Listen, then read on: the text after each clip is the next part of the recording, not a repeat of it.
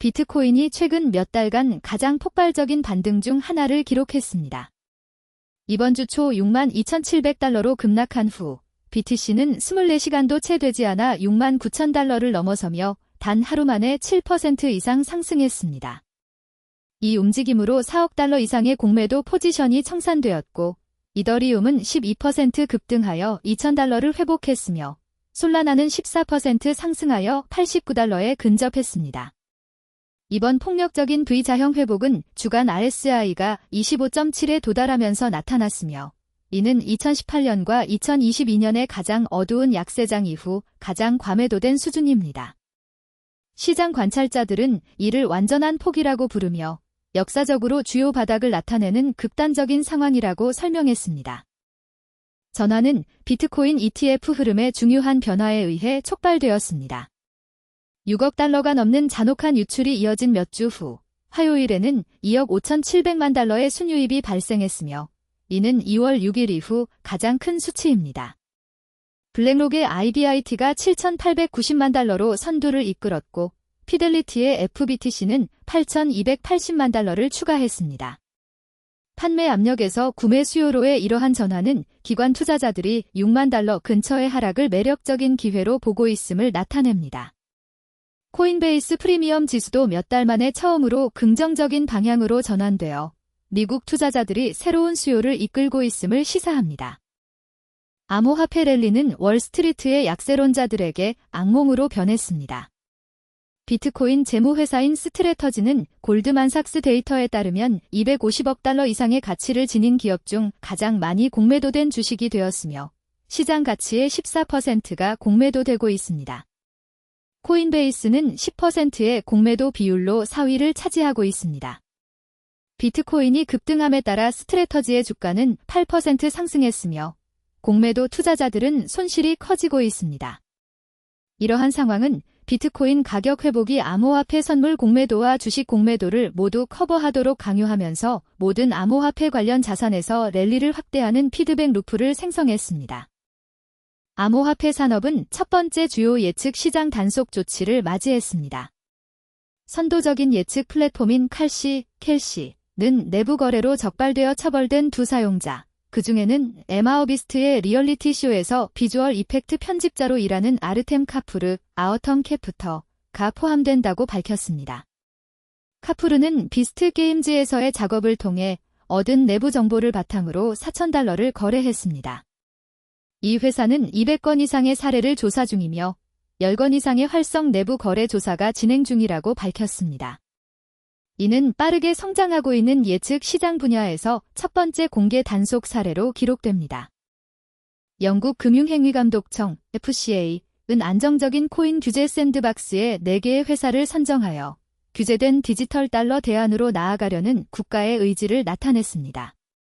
레벌로, 모니 파이낸셜 테크놀로지즈, 리스테이빌라이즈, 그리고 VBTX가 실제 조건에서 안정적인 코인 발행을 테스트할 기회를 얻었습니다.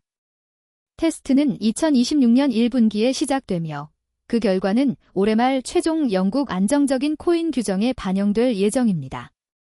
한편 코인베이스 CEO인 브라이언 암스트롱은 선정 과정에 대해 비판하며 규제 당국이 디지털 결제 분야에서 열린 경쟁을 허용하기보다는 승자와 패자를 선택하고 있다고 주장했습니다. 실물 자산이 조용히 암호화폐의 다음 큰 이야기로 떠오르고 있습니다. 2026년 시작 이후 토큰화된 미국 국채는 10억 달러 이상 급증하며 시장 총액이 1월 1일 89억 달러에서 108억 달러로 증가했습니다. 블랙록의 BUIDL 펀드는 이제 12억 달러 이상을 보유하고 있으며 전통적인 정부 채무를 블록체인으로 가져오는데 앞장서고 있습니다. 이러한 성장은 더 넓은 암호화폐 시장의 약세와 미국 채무 우려가 커지는 가운데서도 계속되었습니다. 2024년 이후 신배 확장은 전통적인 안전 자산의 블록체인 원주율 버전에 대한 기관의 수요를 보여줍니다. 테더는 온라인 마켓플레이스인 와프에 2억 달러를 투자하며 지금까지 가장 큰 전략적 투자를 단행했습니다. 와프는 1억 6천만 달러의 기업 가치를 지니고 있으며 크리에이터들이 소프트웨어 도구, 거래 그룹, 온라인 강의를 1,840만 사용자에게 판매하는 디지털 마켓플레이스를 운영하고 있습니다. 이 플랫폼은 거래량에서 월 25%의 성장률을 보이고 있으며 연간 30억 달러의 수익을 창출하고 있습니다. 이번 거래의 일환으로 와프는 테더의 암호화폐 지갑을 통합하여 사용자들이 USDT 스테이블 코인으로 거래할 수 있도록 할 예정입니다. 이는 테더가 전통적인 암호화폐 거래를 넘어 주류 상업으로 스테이블 코인 채택을 확대하려는 공격적인 노력을 나타냅니다. 시장이 회복세를 보인 것은 여러 고위급 인사의 사퇴가 발생한 이후입니다. 암호화폐 대출 플랫폼인 블락필즈의 CEO인 니콜러스 해머가 7,500만 달러의 손실을 입고 고객의 입출금을 중단한 후 사퇴했습니다. 이 플랫폼은 운영 중단 전 고객에게 자산을 인출하라고 촉구한 것으로 알려졌습니다. 한편 GD 문화는 5억 1,800만 달러에 해당하는 7,500 비트코인 중 일부를 매각하여 1억 달러 규모의 자사주 매입 프로그램을 자금 조달하기로 승인했습니다. 이러한 움직임은 암호화폐 대출 및 재무관리 부문에서 지속적인 스트레스를 강조합니다. 시장 불안 속에서 크라컨은 프로 사용자들을 위한 암호화폐 담보대출 상품인 플렉스라인을 출시했습니다. 이 서비스는 10%에서 25%의 고정금리 대출을 제공하며 대출 기간은 2일에서 2년까지 다양합니다. 사용자는 디지털 자산을 판매하지 않고도 대출을 받을 수 있으며 자금은 암호화폐나 스테이블 코인으로 지급됩니다. 담보는 크라컨에 증명된 준비금 에테스테이션지에 포함된 분리된 지갑에 보관됩니다. 이번 출시로 암호화폐 담보 금융 서비스에 대한 기관의 수요가 증가하고 있음을 알 수 있으며 전통적인 대출이 현재 환경에서 어려움을 겪고 있는 상황에서도 그렇습니다. 비트코인의 최근 변동성은 비트코인의 2008년 백서에 인용된 초기 사이퍼펑크 아담 백에게는 놀라운 일이 아닙니다. 마이애미 비치에서 열린 아이커넥션스 컨퍼런스에서 백은 비트코인이 여전히 일반적으로 변동성이 크며 현재의 주기 타이밍이 가격이 하락하는 역사적 패턴과 일치한다고 언급했습니다. 그는 일부 트레이더들이 기본적인 요소에 반응하기보다는 이러한 4년 시장 주기를 중심으로 포지셔닝하고 있다고 제안했습니다. ETF 승인과 같은 기관의 이정표에도 불구하고 비트코인의 변동성의 근본적인 특성은 변하지 않았습니다. 미국 전략 비트코인 비축이 단 한 개의 코인도 판매하지 않고 보유량을 거의 30% 줄일 수 있는 잠재적인 복잡성에 직면해 있습니다. 정부가 보유한 32만 8,372 BTC는 216억 달러에 해당하며 이 중 상당 부분은 비트파이넥스 해킹 사건과 같은 진행 중인 법적 분쟁에서 발생한 자산을 포함하고 있습니다.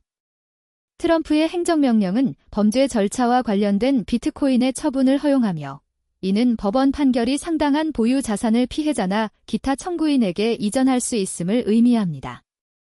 이러한 법적 복잡성으로 인해 헤드라인 비축 수치는 정부가 영구적인 전략적 보유 자산으로 간주할 수 있는 자산을 과대평가할 수 있습니다.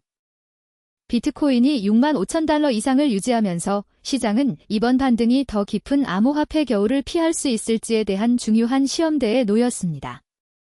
극단적인 과매도 상황, ETF 자금 유입의 반전, 그리고 광범위한 공매도 커버링의 조합은 최악의 매도 압력이 지나갔을 가능성을 시사합니다. 그러나 7만 달러 주변의 주요 저항 수준이 이번 반전이 진정한 것인지 아니면 또 다른 약세장 반등에 불과한지를 결정할 것입니다. 토큰화 자산이 성장하고 규제 프레임워크가 형성되며 변동성에도 불구하고 기관의 수용이 계속되고 있는 가운데 암호화폐 시장은 가격이 불안정한 상황에서도 성숙해가고 있습니다.